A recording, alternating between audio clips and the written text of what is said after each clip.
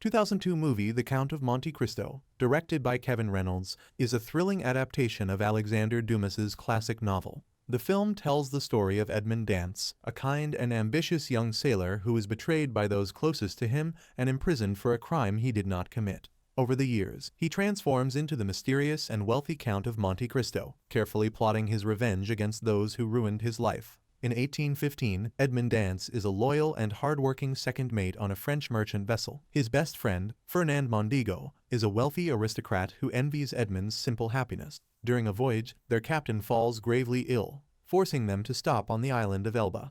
There, Edmond and Fernand encounter none other than the exiled Emperor Napoleon Bonaparte. Napoleon, recognizing Edmond's honesty, entrusts him with a secret letter, asking him to deliver it upon his return to France.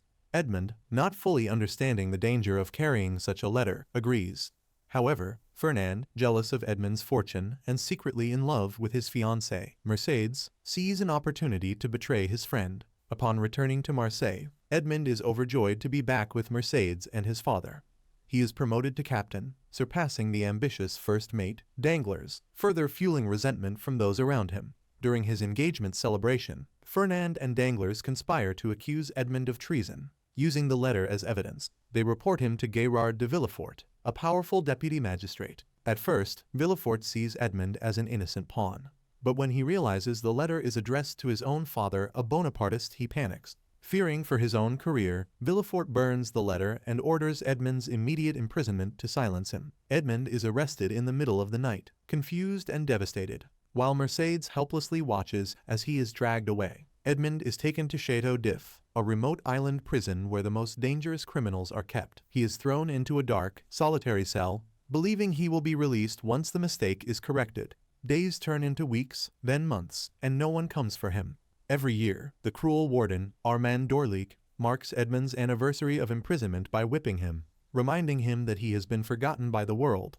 Slowly, despair begins to consume him. After 6 long years in isolation, Edmond hears scratching noises in his cell. One day, the floor collapses, revealing an elderly man, Abbé Faria, a fellow prisoner who has been digging an escape tunnel. Abbé Faria, a former priest and scholar, takes pity on Edmond and educates him in philosophy, science, languages, and swordsmanship. Under Faria's guidance, Edmond transforms from an illiterate sailor into a highly intelligent and strategic man. Faria also shares a secret with Edmond, the location of a hidden treasure on the Isle of Monte Cristo, which he had planned to use to rebuild his life. Edmond, however, is not interested in riches. He only dreams of revenge. Their plan to escape is tragically cut short when a cave-in mortally wounds Faria.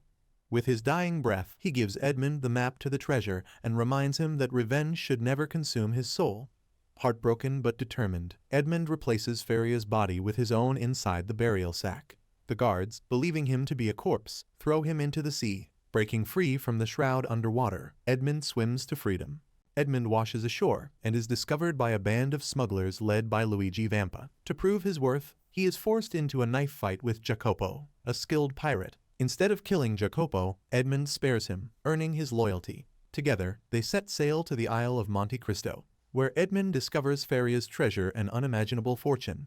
With this wealth, he reinvents himself as the enigmatic and aristocratic Count of Monte Cristo, ready to return to society and take revenge on those who wronged him.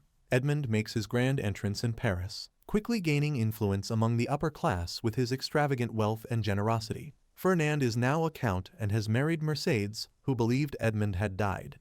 Danglars has become a wealthy banker, and Villefort continues to rise in political power. None of them recognize Edmond, who uses this to his advantage, manipulating their weaknesses and plotting their downfalls. One by one, Edmond enacts his vengeance. He orchestrates Danglars' financial ruin, tricking him into bad investments that leave him bankrupt. He exposes Villefort's corruption and crimes, leading to his public disgrace and arrest. Finally, he confronts Fernand, revealing his true identity in front of Mercedes and their son, Albert. Mercedes, who has always loved Edmond, is horrified to learn of Fernand's betrayal. Desperate and dishonored, Fernand challenges Edmond to a duel. This time, Edmond easily defeats him, and Fernand, realizing his end is near, takes his own life.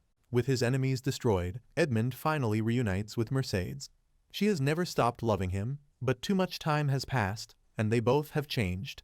Instead of rekindling their romance, they share a bittersweet farewell. Edmond, now free of his past, chooses to embrace the future with Jacopo, using his fortune to help those in need. He returns to the Isle of Monte Cristo, no longer as a prisoner seeking revenge, but as a man who has finally reclaimed his life. The film ends with Edmond's voiceover, reflecting on Faria's final words that vengeance may seem sweet, but true freedom comes from letting go of the past. The once naive sailor who was wrongfully imprisoned has now become a man of wisdom, power, and redemption.